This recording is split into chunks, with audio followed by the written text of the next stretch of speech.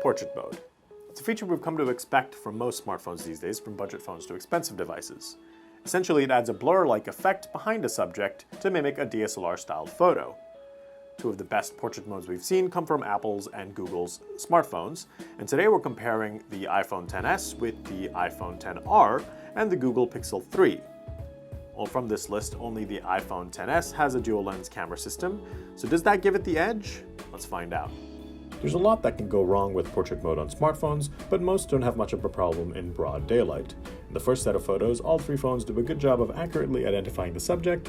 There aren't any errors, but you can see the Pixel 3 tends to keep the subject's body in focus, whereas the iPhone XS and XR opt for a radial blur that keeps the face in focus more than anything else.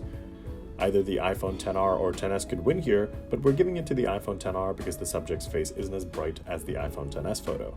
The Pixel 3 photo is good, but it lands last because it's far too dark despite being sharp with an accurate cutout.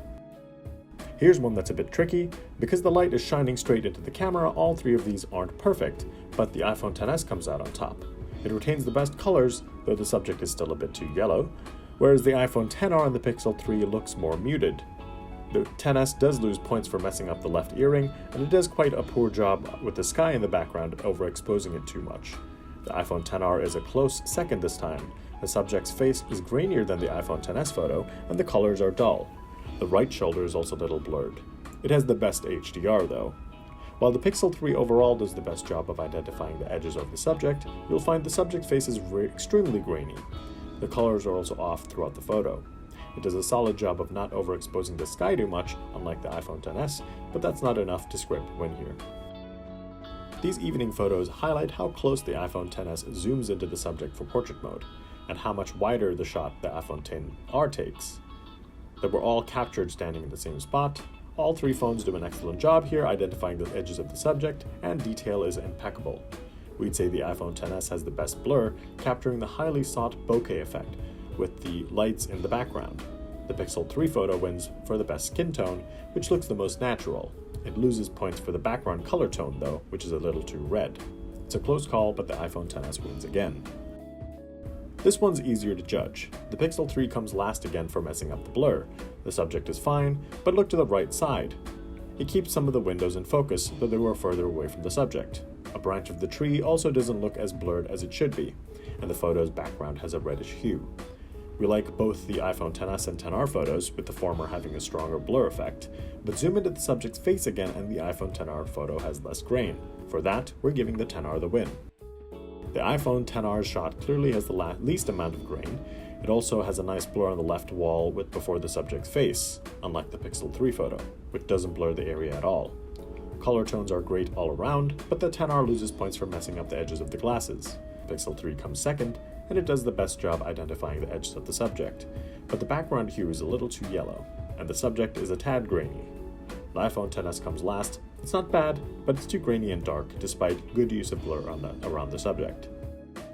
In these nighttime photos, there are two standouts here, the Pixel 3 and the iPhone XR. Both are sharp, detailed photos with accurate blur around the edges of the subject. The Pixel 3 goes a step further to catch all the hairs as well, and it has the stronger blur than the iPhone XR photo.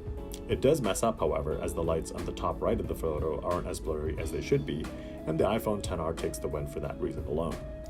The iPhone XS is decent thanks to the great blur, but it's grainy and some edges show inaccurate blur. We were surprised by the difficulty the iPhone XR and XS had with dealing with this blue light hitting the subject's face in this photo. It looks quite natural, and in reality it was closer to the Pixel 3 photo, which we love. You can guess who's taking the win here, but it's worth mentioning that the iPhone XR photo maintains the best blur accuracy. The Pixel 3 messes up the hair a little, and so does the iPhone XS. All three have great background blur, but the Pixel 3 photo is the one we share. This is another easy one to judge. The iPhone XS photo is far too blurred across the entire shot, and the iPhone XR isn't the sharpest either. The Pixel 3 photo has the best detail, and it has the most accurate skin tone, which looks incredibly natural. It's excellent. It's a close call between the Pixel 3 and the iPhone XR here. Both have good detail and accurate edges, but the iPhone XR has better noise reduction, so it has an edge. The iPhone XS messes up the blur around the hair, but it's far darker than the other two, putting it last. portrait mode works on the front-facing selfie camera on all these phones, and in this test we think the Pixel 3 easily wins. It's the brightest, has the most detail, and it's the one we'd share.